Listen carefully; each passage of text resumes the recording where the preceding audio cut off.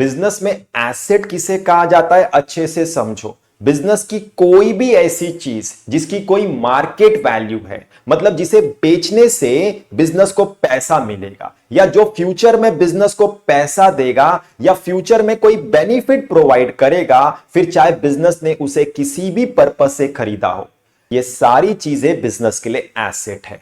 ये समझ में आ गया। अब एसेट दो टाइप्स के होते हैं, करंट एसेट और नॉन करंट एसेट।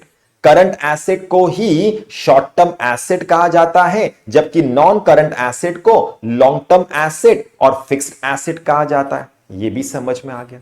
अब कैसे डिसाइड होता है कि किस पर्टिकुलर एसेट को करंट एसेट कंसीडर करना है या किस पर्टिकुलर एसेट को नॉन करंट एसेट कंसीडर करना है?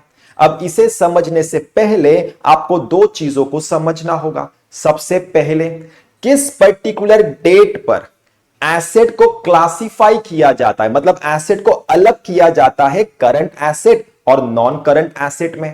तो एसेट को क्लासिफाई किया जाता है फाइनेंशियल ईयर के एंड में, जो होता है 31 मार्च, जिस दिन बिजनेस अपना बैलेंस शीट फॉर्म करता है। यह समझ में आ गया। दूसरा, हर एसेट का ओरिजिनल और एंड फॉर्म कैश होता है, मतलब जब एसेट को खरीदा गया तो पहले वो कैश था और जब एसेट को बेचा जाएगा तब वो कैश में होगा। ये भी समझ में आ गया। अब इस 31 मार्च को हर एक एसेट अपने एक फॉर्म में है।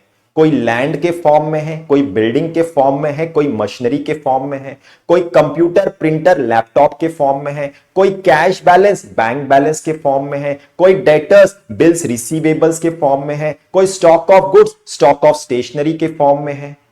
अब अगर बिजनेस को 31 मार्च को लगता है कि आने वाले 31 मार्च से पहले कोई पर्टिकुलर एसेट अपने फॉर्म को चेंज कर देगा, तो उस पर्टिकुलर एसेट को करंट एसेट कंसीडर किया जाता है। इसीलिए cash balance, bank balance, debtors, bills receivable, stock of goods, stock of stationery, prepaid expenses को करंट एसेट कंसीडर किया जाता है। यह भी समझ में आ गया। और अगर बिजनेस को लगता है कि कोई पर्टिकुलर एसेट आने वाले 31 मार्च से पहले अपने फॉर्म को चेंज नहीं करेगा, तो उस पर्टिकुलर एसेट को लॉन्ग टर्म एसेट कंसीडर किया जाता है, मतलब नॉन करंट एसेट कंसीडर किया जाता है। इसीलिए land, building, plant, machinery, furniture, fixture, computer, printer, laptop, इन सब को नॉन करंट एसेट कंसीडर किया जाता है। यह भी समझ में आ गया।